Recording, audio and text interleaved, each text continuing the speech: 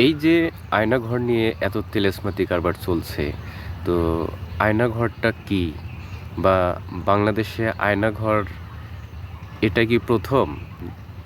বিষয়টা যদি আমরা একটু আলোকপাত করি তাহলে দেখতে পাবো যে আদিকাল থেকে পৃথিবীতে যতগুলো শাসক ছিল সবাই যারা বিরুদ্ধাচরণ করত তাদেরকে দমন করার জন্য বিভিন্ন গোপন সুড়ঙ্গ, গোপন কুঠুরি বা নির্যাতন কক্ষ, সেল এগুলো রাখতো, যেখানে তার মানে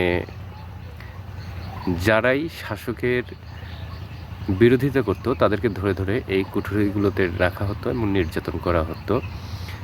বিষয়গুলো অমানবিক। তো আয়নাঘর নামে আমরা এখন যেটা দেখছি, তো এটা নতুন কোনো কনসেপ্ট না।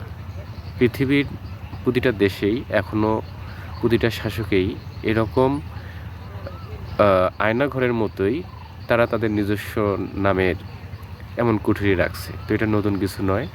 এখন বিষয় হচ্ছে আগামীতে নতুন যে বাংলাদেশ হবে সেখানে যে নতুন শাসকরা আসবে তাদেরকে এটা নিশ্চিত করতে হবে যে মানবতাকে দেখে এই রকম নির্যাতন কক্ষ বাদ দিতে হবে।